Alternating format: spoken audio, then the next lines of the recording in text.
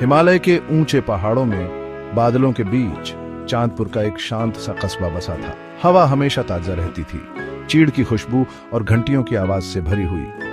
ये घंटियां किसी मंदिर की नहीं बल्कि इलियास की पुरानी घड़ी की दुकान की थी। एक ऐसी जगह जो समय में जमी हुई लगती थी। उसकी अलमारियां हर आकार और प्रकार की घड़ियों से भरी थीं। दादाजी की घड़ियां गंभीर पहरेदारों की तरह खड़ी थीं। उनकी पॉलिश की हुई लकड़ी धूल भरी खिड़कियों से छन कर आने वाली हल्की धूप में चमक रही थी। कोयल घड़ियां खुशी खुशी बीतते घंटों की सूचना दे रही थीं। उनके छोटे छोटे दरवाजे खुलकर छोटे पक्षियों को दिखा रहे थे। और एक कोने में बड़ी घड़ियों के बीच लगभग छिपी हुई एक अजीबोगरीब घड़ी रखी थी जो अपनी ही ऊर्जा से गूंजती हुई प्रतीत हो रही थी। एक ठंडी दोपहर लीला नाम की एक छोटी लड़की दुकान में आई। उसकी जिज्ञासा से चमकती आंखें एक टिक टिक करती हुई अद्भुत चीज से दूसरी चीज पर जाती रही। लीला को बूढ़े घड़ी साज इलियास से मिलने जाना बहुत पसंद था। उसका झुर्रियों वाला एक दयालु चेहरा था। प्रत्येक रेखा एक कहानी कहती थी। उसकी दुकान पूरे शहर में उसकी पसंदीदा जगह थी। इलियास अपनी कोमल मुस्कान के साथ उस घड़ी से ऊपर देखा जिसे वह ठीक कर रहा था। अरे लीला, आज तुम्हें क्या हुआ? उसने पूछा। उसकी आवाज एक गर्म गड़गड़ाहट थी। बस देख रही हूं इलियास, उसने चहचहाते हुए कहा। उसकी निगाह पहले से ही कोने में रखी रहस्यमय घड़ी पर टिकी हुई थी। यह दूसरों से छोटी थी, एक गहरे पॉलिश किए हुए लकड़ी से बनी थी। उसका चेहरा चांदी का था लेकिन नंबर उल्टे लिखे हुए थे और सुइयां घड़ी की उल्टी दिशा में चलती थी। यह अजीब है, लीला ने असामान्य घड़ी की ओर इशारा करते हुए सोचा। यह पीछे की ओर क्यों जाती है?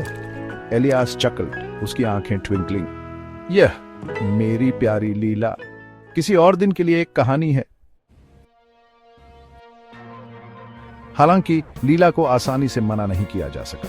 उसने घड़ी को देखा, उसकी उंगलियां उसे छूने के लिए बेताब थीं। प्लीज इलियास, उसने विनती की। उसकी आवाज शहद जैसी मीठी थी। बस एक कहानी? इलियास झिझका, फिर आह भरी। बहुत अच्छा, उसने माना। ध्यान से उस घड़ी को वापस शेल्फ पर रख दिया जिस पर वह काम कर रहा था। लेकिन समझदारी से चुनो लीला। बताई गई हर कहानी के लिए समय आगे बढ़ता है। वह अपनी चरमराती कुर्सी पर बैठ गया और लीला उसके पैरों पर एक स्टूल पर बैठ गई। उसकी आंखें उम्मीद से चौड़ी थीं। यह घड़ी, इलियास ने शुरू किया। उसकी आवाज धीमी और स्थिर थी। कोई साधारण घड़ी नहीं है, इसमें समय को पीछे करने की शक्ति है। लीला गास्प्ड, उसका दिल उत्तेजना से धड़क रहा था। सच में? उसने सांस ली। उसकी आंखें घड़ी पर टिकी हुई थी। इलियास ने धीरे से सिर हिलाया। लेकिन इसका एक मूल्य है लीला। आपके द्वारा रिवाइंड किए गए हर मिनट के लिए अतीत का एक रहस्य सामने आता है। लीला आश्चर्य की दुनिया में खोई हुई उसकी चेतावनी मुश्किल से सुनी। उसने हाथ बढ़ाया और धीरे से घड़ी के चेहरे की रूपरेखा को ट्रेस किया। अतीत का एक रहस्य? उसने प्रतिध्वनित किया। उसकी आवाज मुश्किल से एक फुसफुसाहट थी। इलियास ने सिर हिलाया। उसकी निगाह दूर थी, मानो अपनी ही यादों में खोया हुआ हो। उसने विस्तार से नहीं बताया, लेकिन जिस तरह से उसकी आंखें उदासी और लालसा के मिश्रण से ढंक गईं, वह बहुत कुछ कह गई। लीला, उसकी जिज्ञासा बढ़ गई, अब और विरोध नहीं कर सकी। उसने ध्यान से घड़ी उठाई। उसका छोटा हाथ उसके आकार से बौना था। जैसे ही उसकी उंगलियां ठंडी धातु से छू गईं, हवा ऊर्जा से चटक गई। घड़ी की सुइयां बेतहाशा घूमने लगी, तेज और तेज, घड़ी की उल्टी दिशा में चलती हुई, मानो समय ही पीछे जा रहा हो। हवा ठंडी हो गई और दुकान पर एक अजीब सी खामोशी छा गई जो केवल उल्टी घड़ी की उन्मत्त टिक टिक से टूट रही थी। इलियास अचानक बदलाव से चौंक गया, अपनी कुर्सी से सीधा उठ गया। लीला, तुमने क्या किया है? उसने कहा। उसकी आवाज में घबराहट थी। लीला, उसकी आंखें डर और मोह के मिश्रण से चौड़ी थीं, विस्मय में देखती रही, क्योंकि घड़ी की सुइयां अंततः रुक गईं। हवा प्रत्याशा से भरी हुई थी। सन्नाटा लगभग बहरा कर देने वाला था और फिर दुकान एक अंधी रोशनी से भर गई। जैसे ही रोशनी कम हुई, लीला गास्प्ड। उनके आसपास की दुकान बदल गई थी। धूल भरी अलमारियां और अव्यवस्थित कोने गायब हो गए थे।